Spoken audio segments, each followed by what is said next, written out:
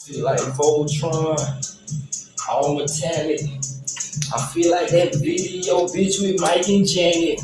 I'm feeling out of space. I'm on a different planet. I'm all in that face. I hope they understand it. I'm feeling Voltron, feeling out of metallic. Feeling like that video bitch with Mike and Janet. Yeah, I'm out of space. I'm on a different planet. Bubble. I hope they understand it. What's going on, y'all? It's AVH Absolute Value Howard here with another broadcast, giving you the real on the real. You know, the galaxy is a ghetto, so we staying in the air like a satellite, tracking all the good vibes, good vibrations. But you know what we doing? We talking about the stuff nobody gives a crap about, but I'm oh so passionate about. Check it out, what I want to talk to you about right now, because I noticed the audio online on all the videos are kind of low. Yeah, talk to me in the chat. Shout out to y'all, man. What's up with the police being ambushed in Rochester? What's up with the police being ambushed in Baton Rouge? I'm sure these aren't the only places. I'm sure these aren't the only places. And I'm sure these won't be the last episodes. You guys remember the DC sniper? Well, Peter, virtually every law enforcement agency in this area, including local police, the FBI, U.S. Marshals, and Secret Service, is looking for whoever is responsible for the worst murder spree that has ever happened here, including a murder today at the service station behind me. The shooting started yesterday at 5:20 p.m. A bullet went through a window of this store, narrowly missing a clerk inside. It was the only miss. At 6:04 p.m., a middle-aged white man was killed outside of the supermarket. This morning, the murders resumed. At 7:41 a.m., another white man mowing his lawn. At 8:12 a.m., an Indian man gassing up his cab. Minutes later, at 8:37, an Hispanic woman sitting reading a book on a bench outside of a restaurant. The young lady that I just seen about 5 minutes or 10 minutes ago off the bus was laying right there, and it was just terrible. Just over an hour later, at 9:58 a.m., another single bullet, another victim, a woman cleaning her car at a gas station. Altogether, 6 shots, 5 apparently random victims within 16 hours. Police are stunned. Nothing like this has ever happened in Montgomery County. This is a very safe community. Our homicide rate just increased by 25% in one day. Law enforcement sources say the weapon was a high-power rifle, fired in some cases at least from a distance. We feel like we probably have a skilled shooter, and that does heighten our concern. Police have had little to go on, only one witness's description of 2 people in a white truck speeding away from one murder scene. Police are stopping white trucks and vans, but have not found any suspects. It looks like we're on the horizon of a DC sniper series or episode across America. And, you know, as always, black man beware. You know, because you know the plan with the martial law. They want to come in the neighborhoods, kick down your door. You know, they want you to be that and do that. You know, did you see the weapon the brother was shooting in Baton Rouge? The call first came in Sunday morning before 9 a.m. of shots fired, and the surveillance video shows the gunman, dressed in all black with a mask covering a portion of his face, walking around the perimeter of that gas station holding a rifle. It had a sling on it. And he also, we're told, had a handgun at his hip and another rifle in the rental car that he had rented in Kansas City and drove down here to Louisiana. Over an 8-minute period, the surveillance video captures the gunman literally walking up at one point to a police car. He looks in to see if a cop is there, then walks away. It was clear, according to the colonel, he wasn't targeting civilians. He was targeting cops because he was walking by people at the convenience stores. They were pumping their gas, going in and out, and he didn't bother them. He didn't even look at them, according to the video. But those people started calling 911. So the gunman's walking around the property. Police start responding. He sees an officer. He ducks behind a building. His movement is described as gifted and tactical. vehicle. You see him pause on camera. He looks around the side of the building, steps out, and shoots one of the officers. Now here's where it gets incredibly sad and incredibly detailed.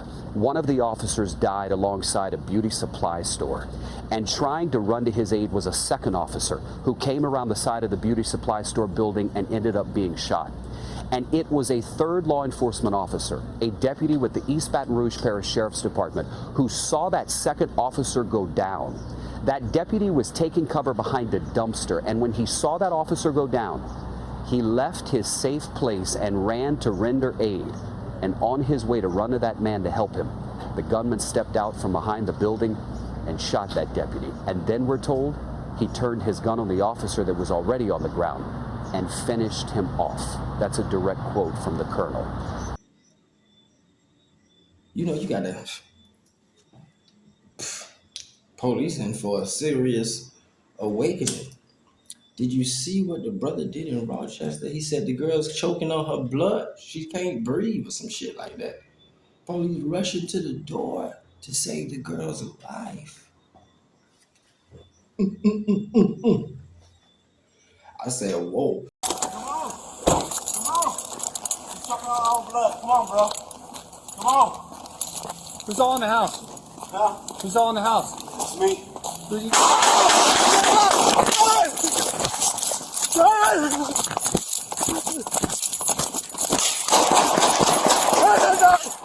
No! I've been shot. No! And the nigga look like Bone Crusher, don't he, with the big belly? If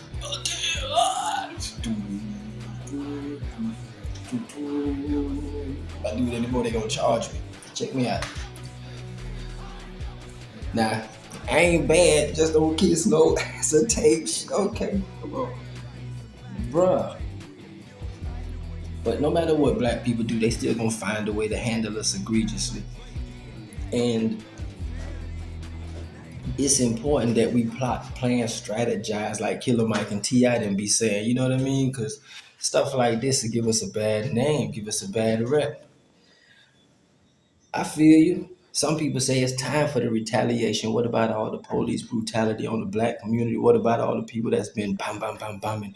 All the sons and daughters, mothers crying, fathers crying, brothers and sisters crying for their brothers and sisters.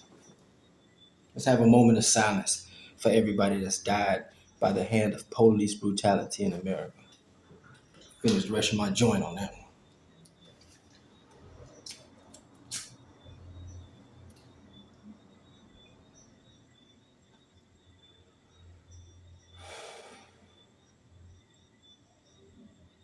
You know, I know a lot of people talk about the I Can't Breathe story, but that Trayvon Martin story, that really stuck in my head. And the Gina 6 story. Remember Gina 6? And it's just really sad that it's gotten to that. But you got to say, you know, America's been asking for it. You know, you can't keep, I mean, even animals know you don't keep biting other animals and not get bit. You know, so the people who are doing it seem to be of the same attitude as the Muslim suicide bombers to me. The Al-Qaeda and the ISIS, because they are on a suicide mission, basically. On a suicide mission. Because if you're shooting at the police, you know you're going to get shot. They're going to go bam, oh, 999. You know, Leo down, whatever. It's crazy. That's really crazy. And you know, I got to speak to you and tell you the truth. I'm going to give you my honest reaction as a black man. When I first see it, it's like, oh, yeah, a blow for justice. That's how I look at it. But in reality, it's injustice for injustice. It's not just when they shoot one of us. It's not just when we shoot one of them. Their actions are unjust. These actions also are unjust actions. You know? So just want to keep that in mind, fam. You know what I mean? Because we planning and strategizing, doing our thing. You know what I mean? But I'm trying to tell you, this here, whoever doing these random hits, all this I'm just saying, brothers, be careful. But y'all already know what y'all doing. You know what I mean? And I just can't look at the brothers doing it because they are the only people that's shooting random people. All of a sudden, black people have never been known for shooting random people. If you see black people doing that, it's from a place of pain, deep pain and disgust with the incivility, with the inequality, with the unjust treatment. It's going too far. We've been going too strong for too long, and I can't without you. You dig what I'm saying? And it seemed like everybody is here in this Western Hemisphere, and it's so hard to just do this. You know what I mean? In the words of the great Martin Lawrence, why can't we all just get along? I don't know, but soldiers, my brothers, my sisters, y'all keep y'all head up. Y'all stay patient. Do what you feel you got to do. My fellow officers, servicemen of duty, those who serve the community, hats off to you. My heart goes out to you. Please, I'm begging you, please do not be caught on the wrong side of justice. All right? Bless you guys. Stay safe. Absolute Value Howard.